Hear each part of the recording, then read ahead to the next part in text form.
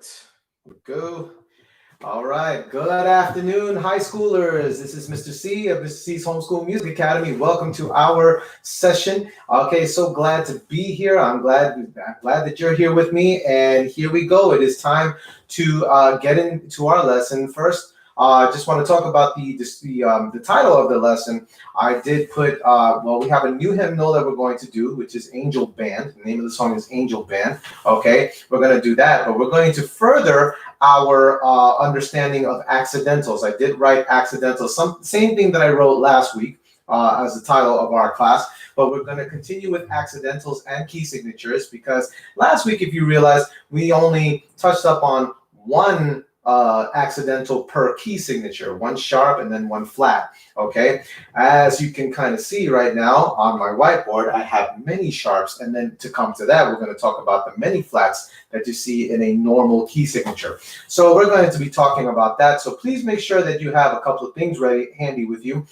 Pencil definitely. Okay, I would say, if you don't have any pencils and you use a pen, I guess that's okay. But pencils are definitely always better when it comes to music because if you make a mistake, you can easily erase. I love working with pencils. I have pencils galore, so I always make sure I have pencils handy whenever I'm writing music. Okay, make sure you have manuscript paper, and in case you're again not certain what manuscript paper is, okay, that's the music writing paper. Okay, this is the kind of notebook that I have. I write my music notations right over here. Okay, if you recall the first class that we've had, I also taught you how to write in your own staff lines. Okay, making them 5 lines and 4 spaces. And if you do that, if you make a bunch of them like on a regular 8.5 by 11 printer sheet, then you can make photocopies from there. Okay, so many different ways that we can have music paper and get that done. But typically, again, the staff lines should consist of, just to get a better view, should consist of 1, 2, 3, 4, 5 staff lines. Okay, and within them 1, 2, 3, 4 spaces. Okay.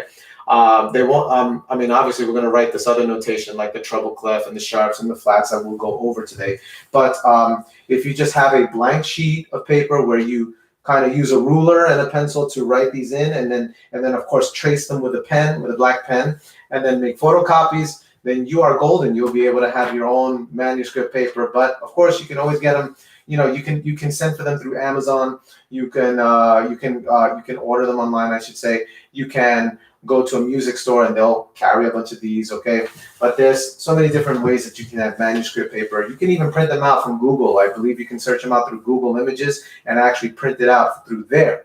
Okay, but make do with what you can. Some people just use regular notebook paper and they'll use the lines in the notebook paper and kind of frame it out so that it can be used as staff lines. Okay, but definitely try to have that handy so that this way you can take notes. And we are dealing with music theory and composition, so we're doing a lot of writing, and so make sure that you have what you need. Okay, again, a pencil and some manuscript paper or notebook.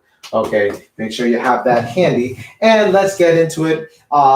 The first thing I want to say is thank you so much for all of you homeschooling parents and many other people who have been supporting me by subscribing to my channel. Okay, and when you tell other folks about Mr. C's Homeschool Music Academy, please like and share the videos.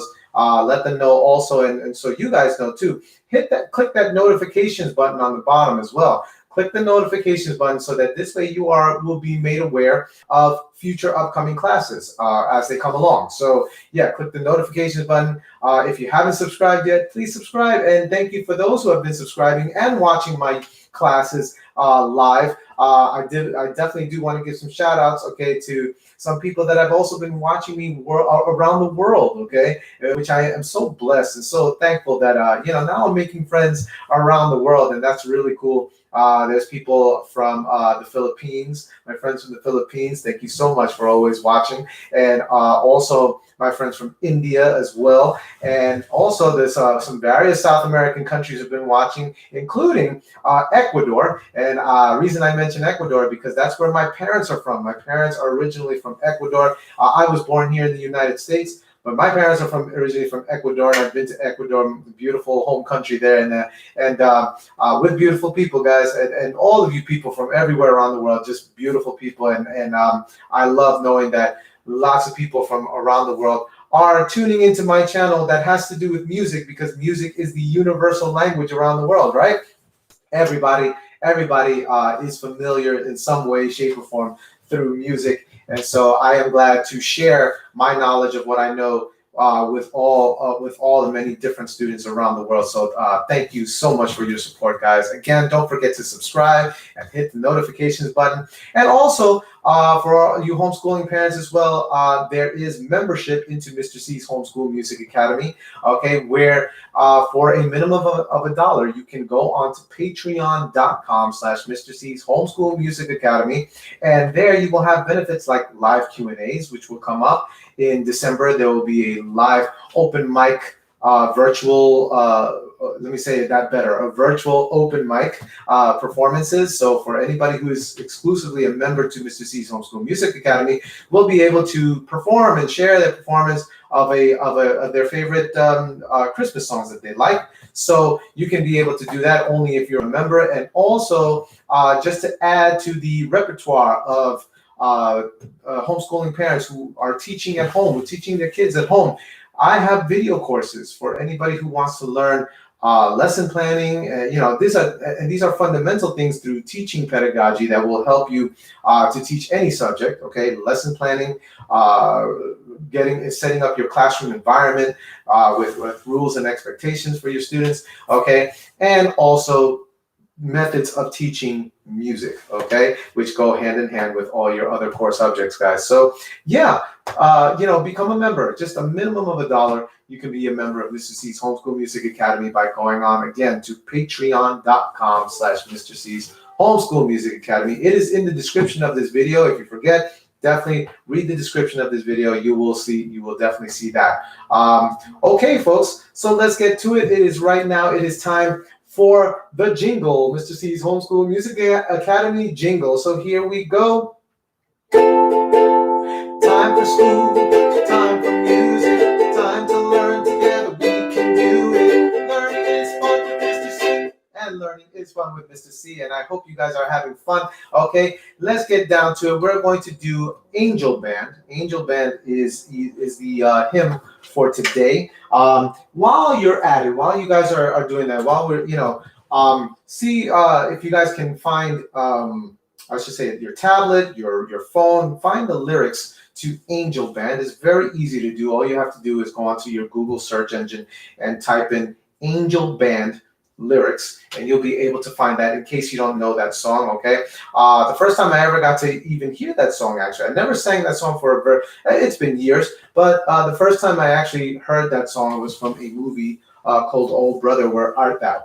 Okay, and I fell in love with that song ever since I heard that, and so I wanted to learn and play it and sing it. Okay, and so now I can, not now, but I've been doing it. But in any event, Angel Band is a very interesting song because it talks about how, when we're coming to the close of our lives and things that have happened in our lives, we just desire the chosen person of God desires to be close to Him, to be with Him, and so through Angel Band, that is a reminder of how God just saves His chosen and takes care of them, and that's such a comforting thought. I pray every day that I'm one of His, and it's a good way of remembering of God's promises to His chosen people. So have those lyrics handy in case you don't know the song, okay? And sing along with me, follow the lyrics and sing along with me as best as you can. I'm gonna grab my guitar. Okay. I'm sorry, I forgot one thing. If you don't have, especially if if you're just trying to get those lyrics handy and everything, let's do a little bit of stretching, guys. Okay. These are just some exercises that I like to do before I sing. Okay. So everybody, we should be sitting up straight with good posture. Posture is such an important thing. Okay. And let's rotate the shoulders for a little bit. Here we go. And rotate them in the other direction. All right. And everybody rotate your necks in a circle. Okay, if you've taken chorus in school, this is one of those, in high school, this is one of these stretches that your choir teacher would have you do. I know because my choir teacher did. Everybody rotate in the other direction. Nice and easy, right? And everybody look all the way up and look all the way down and look all the way to your right and all the way to your left.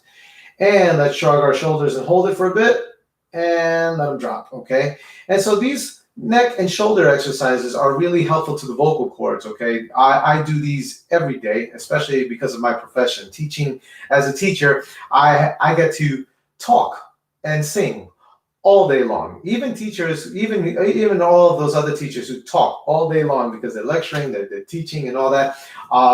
Yeah, this can be helpful to anybody who is just a teacher or anybody who's who does speeches and things like that. If this is your profession, these actual exercises that I did are the best for making sure that your vocal cords continue to be in tip-top shape, because eventually what happens is much strain in the voice, constant talking, especially if we don't utilize good posture and things like that. What happens is if the neck is outstretched while you're talking, nodes will begin to form on this. I don't know if you guys knew this, but nodes will start to begin to form, and then whatever ranges, especially if you're a singer or you like to sing, whatever ranges you were able to hit before, it actually, the nodes kind of get in the way, which is very interesting because the nodes on the vocal cords really are just a healing factor, the body's natural healing factor to mend the damage that's been done to your vocal cords. That's actually what it does, but at the same time, it limits your vocal range. And even in the way you speak, you start to speak a little bit more hoarse and silently and things like that. So these exercises that we just did, if you do this on a daily basis, again, especially if you have to speak all the time like I do, okay, and sing all the time, and I'm primarily a singer, by the way, then these exercises, along with other warm-ups, vocal warm-ups and things like that, all of that can be helpful to keeping your voice healthy. But let's also now get into the hymn, okay? Hopefully you have those lyrics handy. Okay, everybody, once again, sit up straight. By the way, take a couple of deep breaths in. I didn't tell you to do that. Everybody take a deep breath in through your nose and out your mouth. And once again, deep breath in and out. Okay, so now we're ready, okay? Here we go. Let's get into Angel Band, okay? And really, again, focus on the Lord in heaven. You know, He's the one who allows us these wonderful mercies to be alive. And again, we can remember His gifts and His mercies and His promises, by just focusing on Him before we do anything. This is what I like to do before I take on the day, think about God, and sing His praises, So here we go. Angel Band.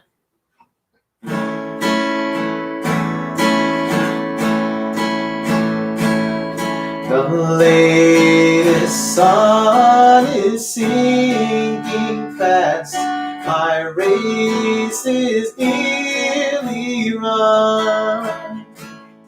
My strongest trials now are past. My triumph has begun. Oh, come, angel bands, come and around me stand. Oh, bury away on your snow white wings to my immortal home. Oh, bury away on your snow white wings to my immortal home. I know I'm near the holy ranks of friends and kindred dear. I brush the dew on Jordan's banks. The crossing must be near. Oh, come, angel band, come and around me stand. Oh, bear me away on your snow white wings to my immortal home. Oh, bear me away on your snow white wings to my immortal home. I've almost gained my heavenly home. My spirit loudly sings. The Holy Ones, behold, they come. I hear the noise of wings. Oh, come, angel band, come and around me stand.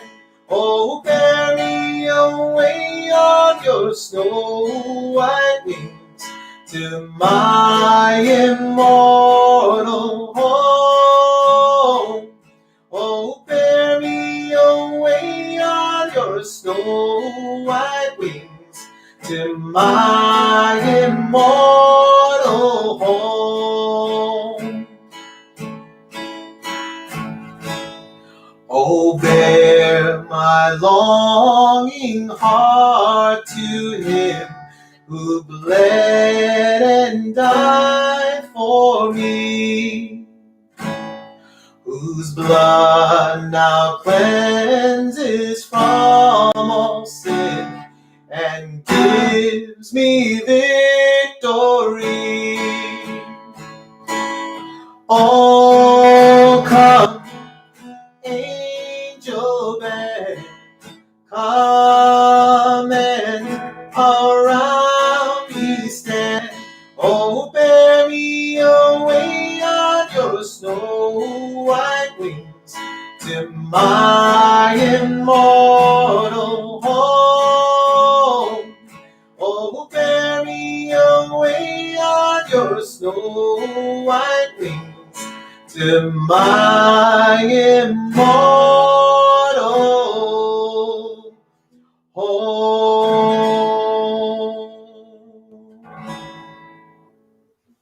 Okay, well, I hope you guys enjoyed that Angel Band from old brother Where Art Thou? And guys, it is time to get to the core of our lesson now, guys. Okay, so here we go. I'm going to adjust my camera, and I'm going to be doing some standing. Okay, but again, have your notebooks, your manuscript paper handy, please, and your pencils, and let's get writing. Okay, it's time to get into our accidentals, our extended class into accidentals. Now, as I've spoken about before, I'm sorry, let me just get situated over here. Okay, so as I spoken about last week, okay, we talked about how, first of all, how flats are and how sharps are, what they look like, okay, and what they do to the natural notes, okay, meaning just the regular letter name notes. So if we recall, flats, they look like a little lowercase b, okay, in the music. And what they do is they take a regular note, a regular natural note, and make it a half step lower. And it's usually on the piano, they usually are found on the black key, okay? But they make every note, a regular note, into a note that's half a step lower in pitch, okay?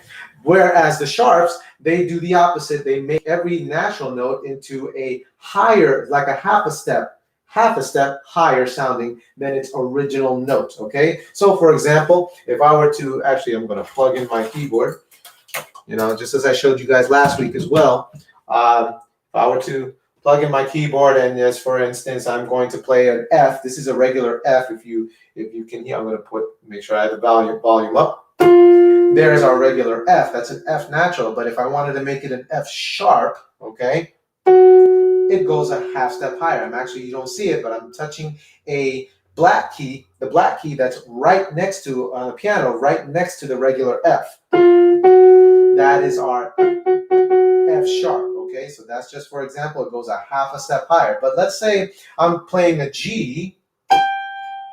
This is a G right here, and I want to play a G flat. If I want to play a G flat, then I go a half a step lower to that black key. Okay, so here's my G again, and here's my G flat. Okay, so whenever you put a flat sign next to a particular note, it makes the note a half a step lower than its original. If you put a sharp sign next to a down sign, however you want to look at it, right? A number sign, okay? That is called the sharp music. Ooh. Okay, never mind, I'm live. I know I must have blacked out for a moment, okay? I didn't have there was just a momentary lapse of internet, okay? But just as I was talking about sharps, okay? Again, you put a sharp sign, okay, that looks like this hashtag symbol, right? Next to a note, then it's going to raise it by a half a step. Okay, so that's what flats and sharps do. Okay, but in this case now, this is where it's critical, because at the beginning of a song, just like we spoke about last week, you'll usually find a set of flats or in this case, a set of sharps at the beginning of a song. Okay, so when you find these sets of sharps and flats at the beginning of the song, we're going into what they call, I'm going to write it down here, a key signature. Okay,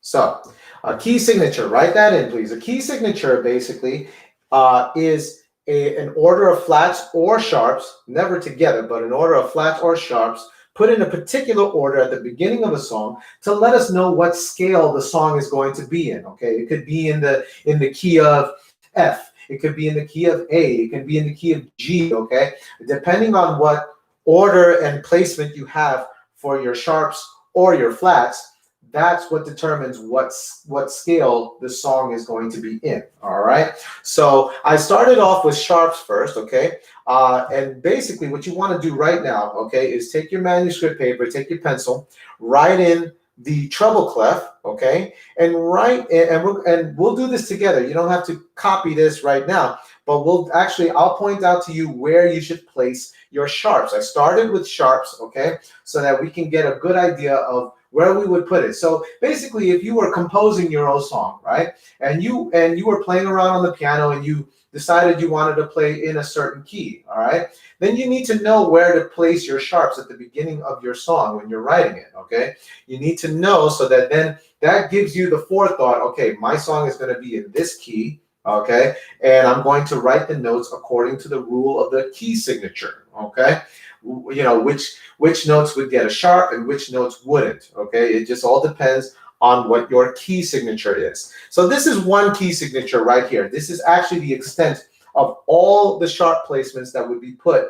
Okay, really the last and final one. Now, there's a particular way that we read them. Okay, but first, just to get us off on the right foot so that we know where to place them, okay, I want you guys to look at this very carefully. So if you've written your treble clef, okay, that's great. Okay, now let's start by going where to place the sharps. Okay, so first things first, we have the first sharp. The first sharp will be on the very top line, which is your F. Okay, how do we know that's an F? Because we go down to the bottom line. We go remember the formulas. We go, every good boy does fine, and fine, F stands for fine, right? So that is our F line. Okay, and you have the first sharp there with your F. Okay, and that would tell us that that's an F sharp. Okay, now from there, here's one rule of thumb you also want to remember. Everything that we read, just like when we read anything in a book, okay, we read from left to right, okay? If you know, in most languages, you know, unless you're reading Chinese literature and things like that, then you know, with those particular kind of Japanese, they go from up and down. You know, that's a different story. But typically in music, okay, we read from left to right, okay?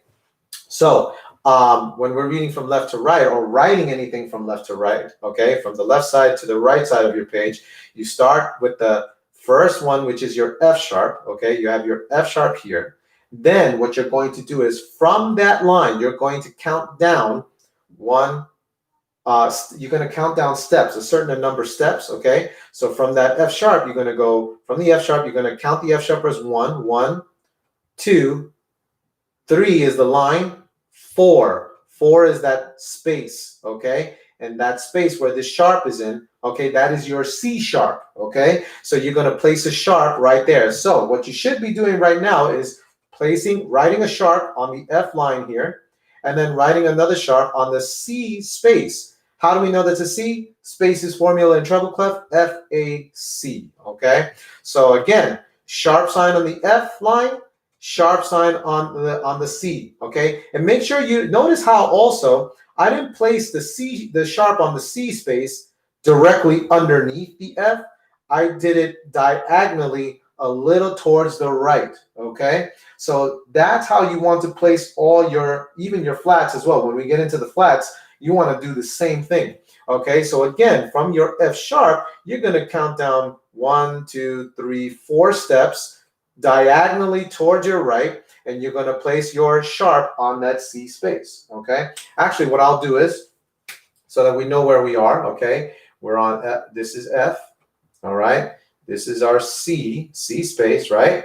Okay, now from there, you're going to notice the next one is diagonally, okay? Diagonally towards 5 steps, I believe. So from the C sharp, you're going to go 1, 2, 3, 4, 5, okay? And that is your G. That's your G sharp, actually, okay, because of the sharp sign there, okay? So again, let's recap. F sharp, we count from the F sharp line, 1, 2, 3, 4, and then where we have our C sharp there, and then from there you're going to count 5 steps up from that C space, counting the space as 1, line 2, space 3, line 4, space 5. Okay, so you're going to go up 5 steps, and there you will place your G, and make sure it's not directly above it, it's diagonally again to the right, because we read and write from left to the right, okay? Now from there, another diagonal, the closest sharp that's coming up, we're going to go down 4 steps, downward 4 steps to an angle. So we count the space as 1, line 2, space 3, line 4, and that is our D sharp, okay? So our D, that line D, right? We place a sharp right there. Do that now. Hopefully you guys, again, are doing this. You're placing your sharps. Make sure whenever a sharp is on a line that the middle part of the sharp is where the line is, going right through it. If it's in the space, it's going to be in between the 2 lines, okay? Or in this case, it's in the space above, so it's just above that top line, whereas the F has the line running through the sharp itself, okay? So now from there, you're going to place another sharp diagonally lower. You're going to go down another, I believe, 4 steps. Let's count it actually from the D line. Line is 1, space is 2, line is 3, and space is 4. And that, my friends, is our A. Okay, so that is our A. Now, typically, again, notice that I didn't have these letter names of the sharps and where they're placed at. I didn't have them. I'm just putting it there for our visual references. Normally, these letters would not be there. Okay, the letters would not be there. But this is, again, for the learning process, guys. So here we go. From that A line, we went down 4 spaces. And now we're going to go up 5, when I say spaces, I meant steps. We're going to go up 5 steps from the A up to here where the next sharp is. You're going to place it in that top space. Let's count from the space. Space is 1, line is 2, space is 3, line is 4. Okay, so that's 5 steps up. Okay, and that is our E space. Okay, that happens to be E, so there's an E sharp right there. Okay, now the last one, we go diagonally downward. Again, further to the right. Notice how everything's going from left to right, okay? Line is 4, and that is our B sharp, in fact, okay? That is our B. So there should be a sharp. The last sharp should be right on that B line, okay? And that's all the sharps that you would be dealing with typically when you're writing a key signature that requires sharps in the scales that depending on what scale you're in, that's what you're going to be using there, okay? Now, remember the rule when we read them. Remember the rule. I said this last week, okay? And you could look, I'm going to say it, but you could definitely look at the previous video, okay, to get the rules when it comes to sharps, okay? When it comes to sharps, you will always take the last or the only sharp and then just go up one step so that you know what key you're in, okay? So I'm going to do some erasing. We're going to go over it, right? But I'm going to do some erasing as we go along. Hopefully you have all of this right now to help you. So we have 1, 2, 3, 4, 5, 6, 7 sharps, okay? 7 sharps is the maximum, okay? And over here, we start, okay, remember the rule that I just said, take the last or only sharp and then go up a step. So if our key signature, if we were reading a piece of music that had the 7 sharps in this placement, okay, you would take the last sharp, not the only, because there's not one sharp, there's 7 sharps. You would take that 7th one, that last one over here. The last one is symbolized by the one that's furthest right. So this B, this one that's on the B is furthest right. If we went up a step from that line, up a step into this space, what do we have there, okay? We have C. Well, we have the C. So one would say, oh, we're in the key of C. Not so. We're actually not in the key of C, but we're in the key of C sharp. Okay, so I'm labeling this as 7 sharps in this placement having to be in the key of C sharp. How do we know? Why? Now, how do we know we're not in the regular key of C? Well, first of all, remember this. The key of C has no key signature. In other words, it has no key signature. In the key of C, there are no sharps and no flats. So remember that rule. No sharps, no flats at the beginning of a song, key of C, okay? But 7 sharps means that we're in the key of C sharp. Now, how do we know it's a key of C sharp? Because if we look at if we look further back to where the treble clef is, look at what we have here.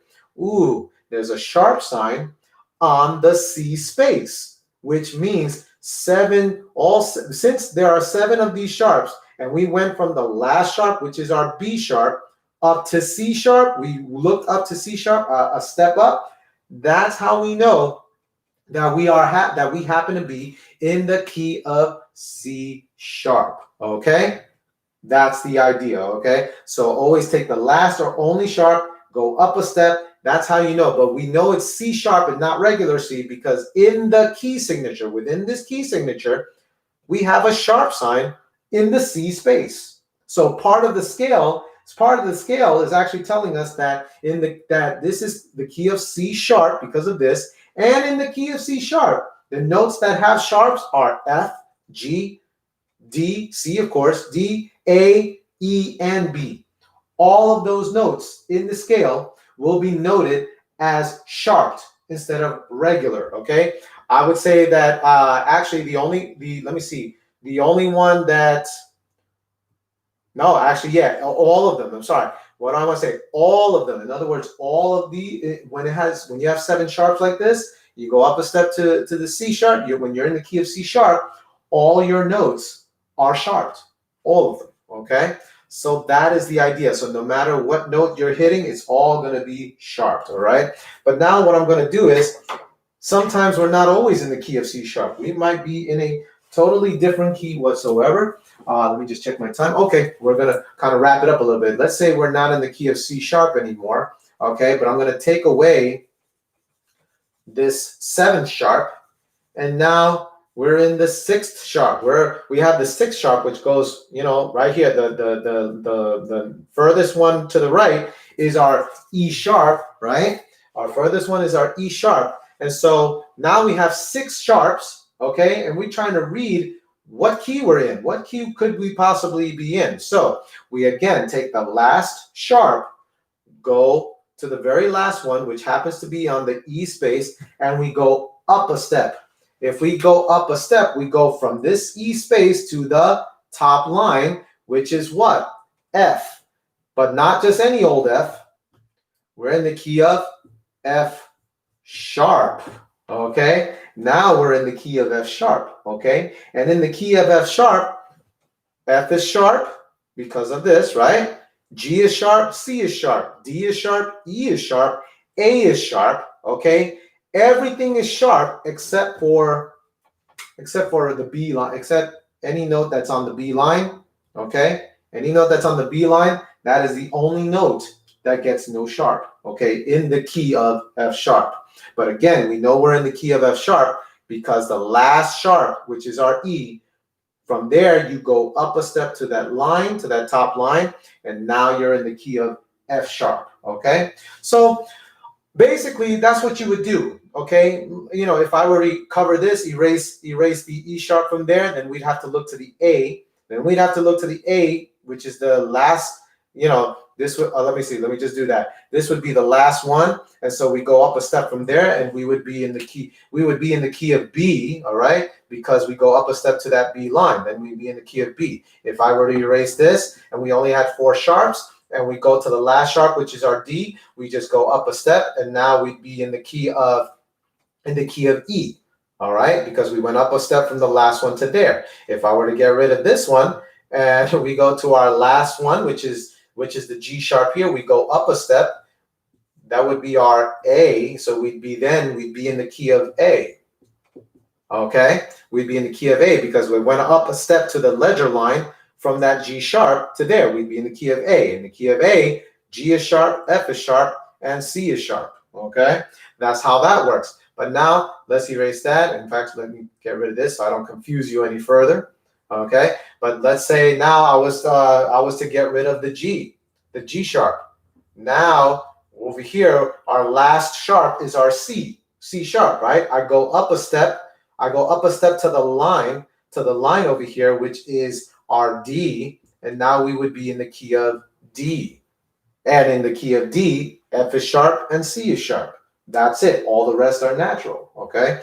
So that is basically how you would read. And then, of course, if we got rid of this one, just like I showed you last week, actually, if we got rid of this last one and all we had, last or only sharp, that's part of the rule. If we only had an F sharp, now we go up a step from there, and that would be the key of G. And in the key of G, all the other notes are natural except for F sharp, okay? Why? Because the key signature tells us so. So bottom line, let's kind of sum up what we just talked about.